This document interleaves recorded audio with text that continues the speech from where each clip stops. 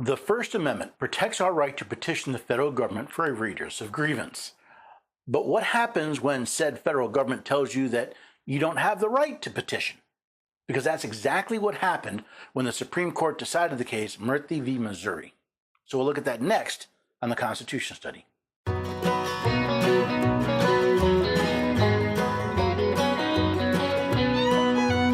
Lovely neighbors and have a few good friends. Every day we're everyday Americans. Oh, every day we're everyday Americans.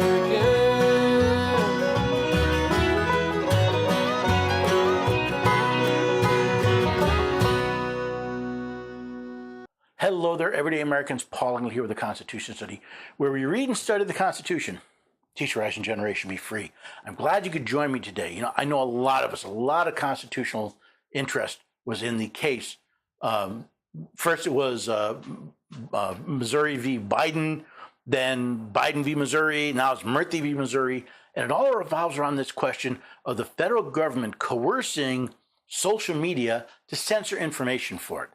And I know we were primed. We said we have a lot of evidence. You had the Twitter files, all these emails showing the actual coercion by the federal government of these social media acts. We were primed for this.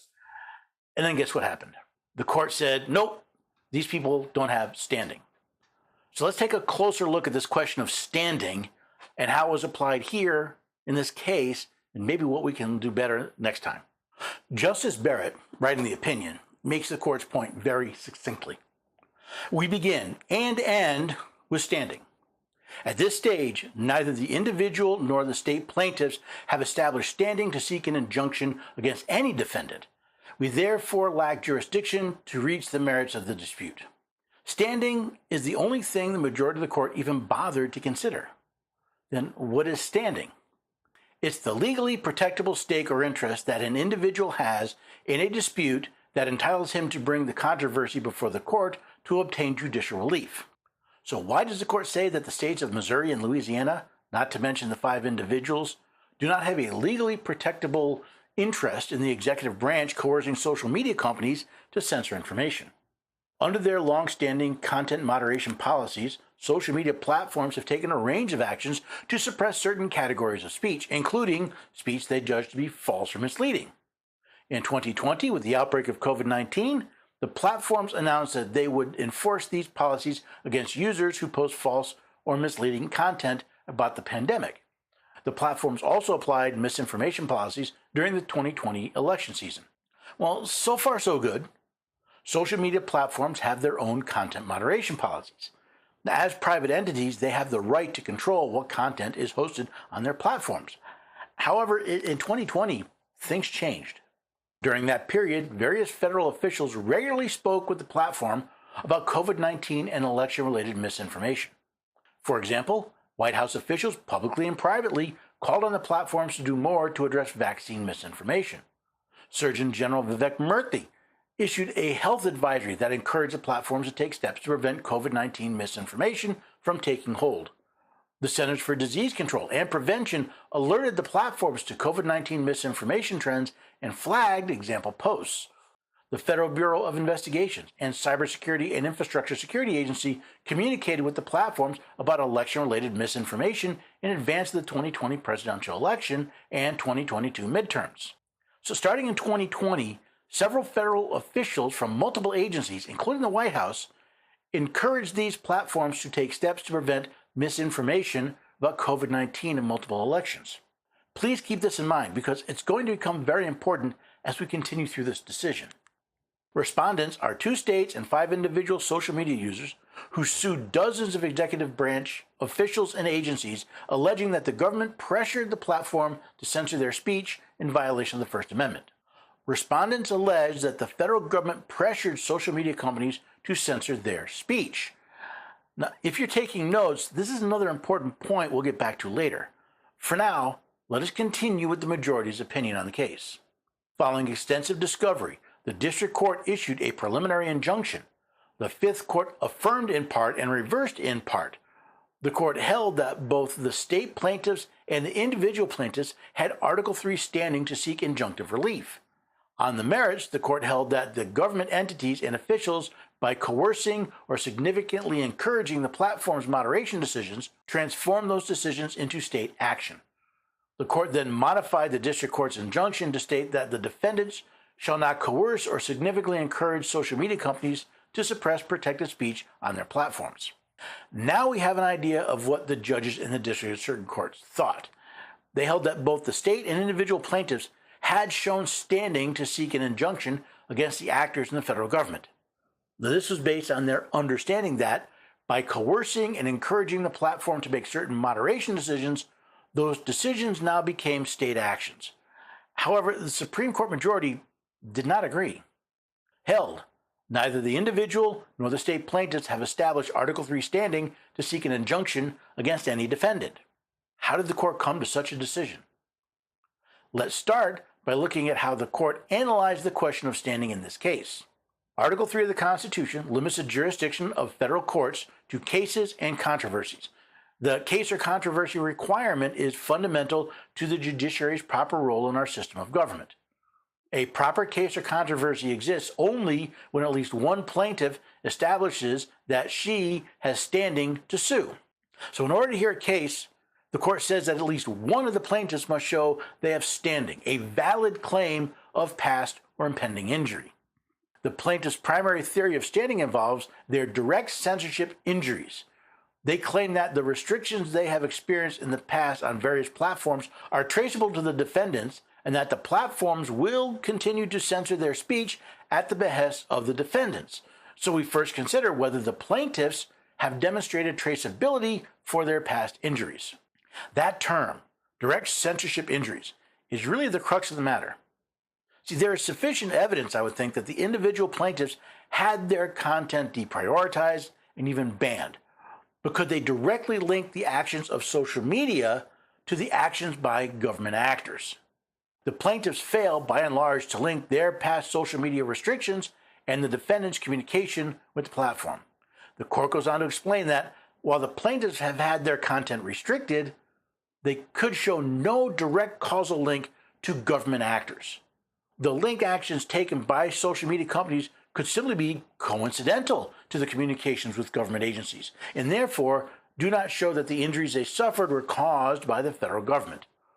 The court noted several instances when different federal entities communicated with and even pressured social media companies to suppress content.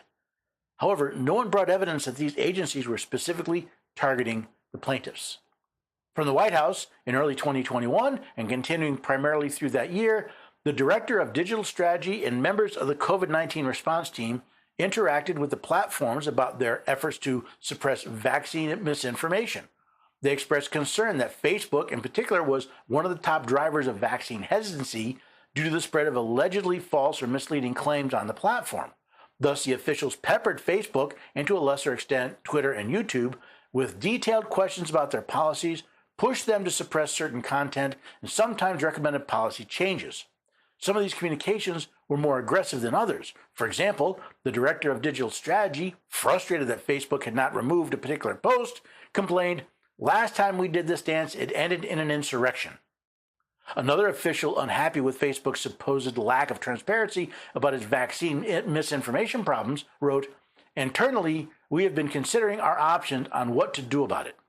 Publicly, White House communications officials called on the platforms to do more to address COVID-19 misinformation and perhaps as motivation raised the possibility of reforms aimed at the platforms, including changes to the antitrust laws and 47 U.S.C. Section 230. Even the evidence that the White House had pressured Facebook about not taking down a post wasn't sufficient to prove standing because it could not be linked to a post from one of the plaintiffs.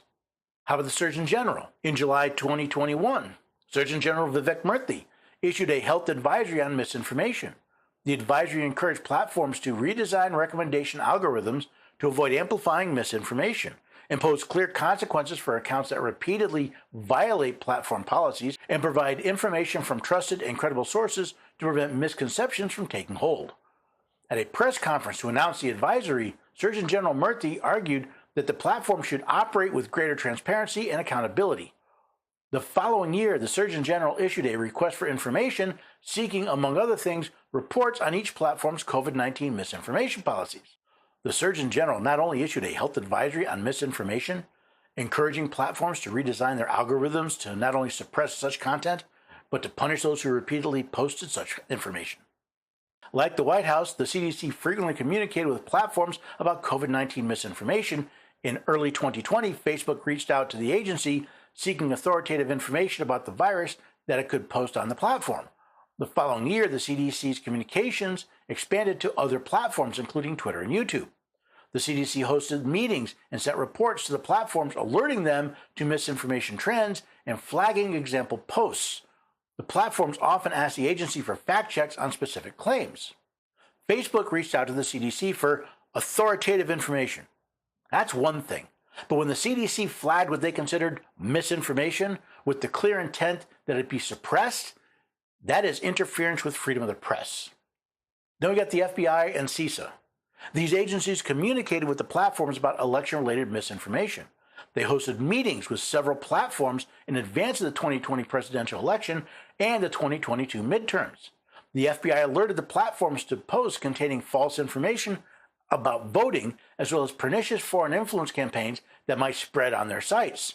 Shortly before the 2020 election, the FBI warned the platforms about the potential for a Russian hack and leak operation.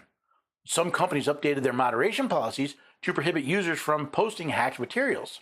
Until mid-2022, CISA, through its switchboarding operations, forwarded third-party reports to election-related misinformation to platforms.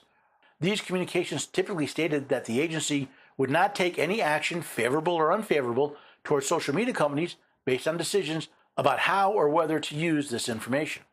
While the CISA stated that they would not take any action, favorable or unfavorable, towards social media companies for their actions, could that be said of the FBI?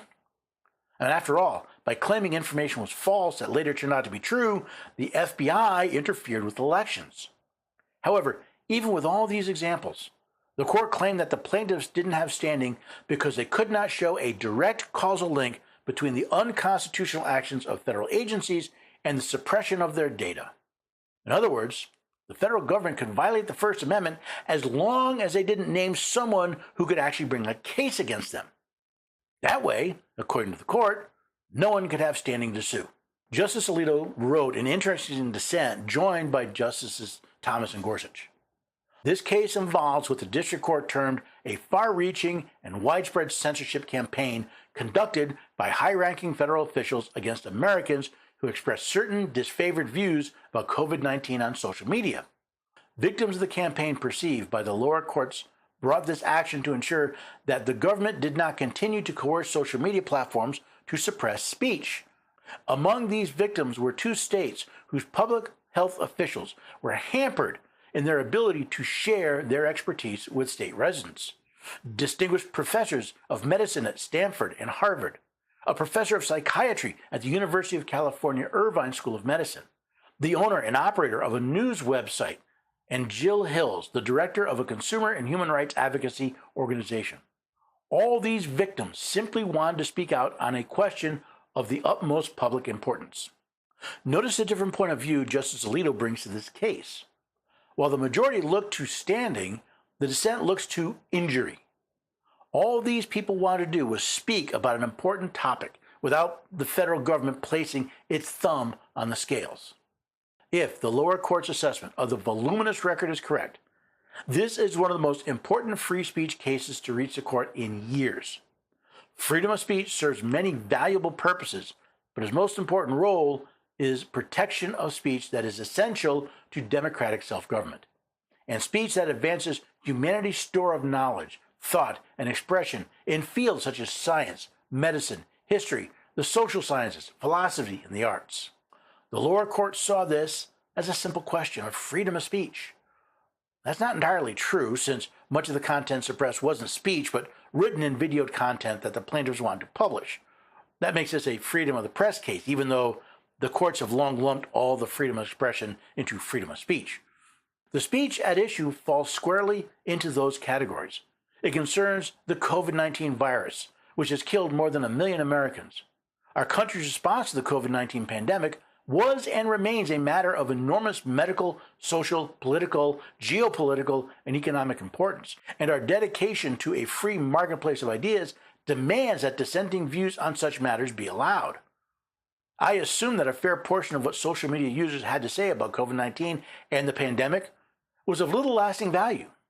Some was undoubtedly untrue or misleading, and some may have been downright dangerous. But we now know that valuable speech was also suppressed. That is what inevitably happens when the entry to the marketplace of ideas is restricted. We're getting closer to the heart of the matter. You see, free speech doesn't have to be true. In fact, the expression of a controversial, unconventional, and especially those contrary to our understanding is foundational to our search for truth. Of course, purely private entities like newspapers are not subject to the First Amendment, and as a result, they may publish or decline to publish whatever they wish. But government officials may not coerce private entities to suppress speech, and that is what happened in this case. Justice Alito points out the core of the matter: government officials coercing private entities to suppress speech. With a vast amount of evidence, Justice Alito could have probably created hundreds, if not thousands of pages in his dissent. He has decided to focus on the White House and Surgeon General's office, the most influential social media platforms, and one plaintiff, Jill Hines. With the inquiry focused in this way, here is what the record plainly shows. For months in 2021 and 2022, a coterie of officials at the highest levels of the federal government continuously harried and implicitly threatened Facebook with potentially crippling consequences if it did not comply with their wishes about the suppression of certain COVID-19 related speech. Not surprisingly, Facebook repeatedly yielded. As a result, Hines was indisputably injured, and due to the officials' continuing efforts, she was threatened with more of the same when she brought suit. These past and threatened future injuries were caused by and traceable to censorship that the officials coerced, and the injunctive relief she sought was an available and suitable remedy. This evidence was more than sufficient to establish Hines' standing to sue, and consequently, we are obligated to tackle the free speech issue that the case presents. Justice Alito points out that Jill Hines was indisputably injured by the actions of the federal government, even though the government didn't specifically identify her or her content for censorship. The court, however, shirks that duty and thus permits the successful campaign of coercion in this case to stand as an attractive model for future officials who want to control what the people say, hear, and think. By hiding behind an unreasonable strictness for establishing standing, the court has shirked its responsibility, further injuring the plaintiffs by denying them their right to petition the government for a redress of grievance. That is regrettable. What the officials did in this case was more subtle than the ham-handed censorship found to be unconstitutional in Vulo, but it was no less coercive. And because of the perpetrators' high positions, it was even more dangerous. It was blatantly unconstitutional, and the country may come to regret the court's failure to say so. Officials who read today's decision together with Vulo will get the message. If a coercive campaign is carried out with enough sophistication, it may get by. That is not a message this court should send. As I pointed out, the court has told those in government all they need to do to censor someone is not explicitly name them. Lower courts, who tend to follow the opinions of the Supreme Court, will most likely take this into consideration when future claims of censorship arise. Furthermore, the court's decision actually provides incentives to social media and other platforms to follow whatever suggestions come from the federal government. For these and other reasons, internet platforms have a powerful incentive to please important federal officials, and the record in this case shows that high-ranking officials skillfully exploited Facebook's vulnerability. When Facebook did not heed their requests as quickly or as fully as the officials wanted, the platform was publicly accused of killing people and subtly threatened with retaliation. Not surprisingly, these efforts bore fruit. Facebook adopted new rules that better conformed to the officials' wishes, and many users who expressed disapproved views about the pandemic or COVID-19 vaccines were deplatformed or otherwise injured. Even if government threats did not specifically name Ms. Hines, the rules Facebook and other platforms adopted in response to government pressure injured her and the other plaintiffs. While all this was going on, Jill Hines and others were subjected to censorship. Hines served as a co-director of Health Freedom Louisiana, an organization that advocated against vaccine and mask mandates during the pandemic. Over the course of the pandemic, and while the White House was pressuring Facebook, the platform repeatedly censored Hines' speech. As the dissent shows, there was a causal link between the actions of the federal government and the injuries sustained by the plaintiffs. It just wasn't spelled out so a child could find it. I must admit this decision was a big disappointment for me. How could the court look at the actions taken by government and not find them a violation of the First Amendment? Easy. By placing a standard of standing that no one could reasonably reach. I'm not sure why the court chose to stand with the illegal actions of the federal government, but they did. And because of that, we can expect more censorship, especially with the coming 2024 election. Now, remember when I asked you to keep in mind the goal of federal agencies to prevent misinformation? Nothing in the Constitution delegates to the federal government the authority to define what is and isn't true. As time went on, the very things these federal agencies claimed were misinformation turned out to be true. In other words, these agencies were not preventing misinformation, but propagating it. They were not protecting the public from bad information. They were the ones spreading the bad information. This is why the freedoms of expression, speech, press, and assembly are so important. By suppressing facts, data, and information they did not like, all while promoting their own misinformation, the federal government harmed many more than the plaintiffs. They harmed everyone who was expressing their ideas and the facts and data to prove they were right. More than that, government kept vital and life-saving information from the public. I remember being called grandma killer for pointing out the problems with masks and the fake mRNA vaccines.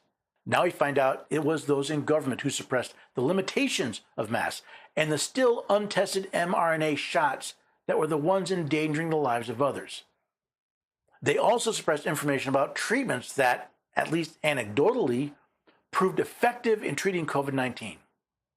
Not only did this needlessly endanger the lives of millions of Americans and billions around the world, but had these treatments been properly tested and found even more moderately effective, there would have been no need for the emergency use authorization and the billions of U.S. tax dollars funneled to the vaccine manufacturing companies. Neither would have been the opportunity for the vaccine mandates and all the damage they did. We found out that there were those in government who not only manipulated the 2020 election using their lies to scare people away from polling places, but placed their thumbs on the scales to bias the news regarding the candidates and their actions. The American people were lied to by their government, and this court couldn't be bothered to see that fact. To the other point I asked you to remember, it was not a single person who committed these crimes, but dozens of officials at varying levels of the federal government. They used their offices to protect positions, and in doing so, corrupted our election, which led to the January 6th demonstration and the abuse of many of the defendants. Yes, what these federal actors did was a crime. They willfully deprived the American people of rights protected by the Constitution of the United States. In fact, it was not a single individual, but a conspiracy to do so. Not only should the court have looked at the merits of the case, they should have referred criminal charges against the appellants for violations of 18 U.S.C. Section 241. If two or more persons conspire to injure, oppress, threaten, or intimidate any person in any state, territory, commonwealth, possession, or district in the free exercise or enjoyment of any right or privilege secured to them by the Constitution or laws of the United States, or because of his having so exercised the same, they shall be fined under this title or imprisoned not more than 10 years, or both, and if death results from the acts committed in violation of this section, or if such acts include kidnapping or an attempt to kidnap, aggravated sexual abuse, or an attempt to commit aggravated sexual abuse, or an attempt to kill, they shall be fined under this title or imprisoned for any term of years, or for life, or both, or may be sentenced to death. Worse than the crimes this court has allowed to go unpunished is the destruction of both wisdom and liberty this decision perpetuates. As Benjamin Franklin, writing a Silence Do-Good, stated in 1722, without freedom of thought, there can be no such thing as wisdom, and no such thing as public liberty without freedom of speech, which is the right of every man as far as by it he does not hurt or control the right of another. And this is the only check it ought to suffer The only bounds it ought to know. Without the ability to express our ideas, public liberty becomes a hollow shadow. And being denied access to information, we not only lose the opportunity to be exposed to other ideas, but the ability to think freely without some master curating what we are allowed to know and what we can think. Where is wisdom and liberty then? Again, a bad decision. I really think it was a bad decision. I don't know why. I'm not sure why the court wanted to find a way out, but it did. It did so by cheating the American people. It did so by depriving our right to petition the government for a redress of grievance. It did so by claiming that any action of the federal government doesn't hurt an individual, apparently unless they're directly named. And that's the problem. There's evidence that these people were hurt. The policies that these social media companies put in place under federal pressure also led to the suppression of the infringement of their rights, their ability to speak and to publish. They were censored. The court's been doing a pretty good job this year in many of their decisions. This was a bad one. And it's one of the reasons why I want to bring it here today so you can see what was wrong. Because now that the Supreme Court has made this decision, it's going to take an extraordinary case to get anything like it back before the court. Now, this dealt primarily with an injunction, but I have a concern here. The concern is how long before the facts of the case are actually decided. It'll probably be long after the 2024 elections, which means you're going to go through another election cycle with the federal government meddling in the election, where the FBI and CISA playing games with the election process, with the information you need to choose your representatives. That doesn't sound like a good idea. But it happens because we, the people, hired a bunch of people more worried about party politics than about their oath to the Constitution. It's one of the reasons why we focus here on educating people about what the Constitution actually says so we can choose better representatives so we can have a better country. Although it does start right there at the county level. Now, if you'd like to support us, there's a couple ways you can do that. You can go to constitutionstudy.com/shop. You can donate, or you can buy a book or a mug or a T-shirt or something like that. You can go to patriotmobile.com/constitution and start getting your cell phone service, your wireless service, from a company that, well, they're not going to sell out your rights. Patriot Mobile is America's only Christian conservative wireless carrier, and they support organizations like the Constitution Study. So if you can get your cell phone service through that, you can support the Constitution Study as well. Most of all, if you can just take this content and spread it, let other people know about this about the Constitution Study, the work that we're doing. Maybe see if they want to have me come and speak to them. I've been getting a couple more speaking engagements, which I truly enjoy.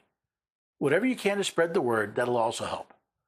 Of course, it'll also help if you come back and join us here next time for the Constitution Study.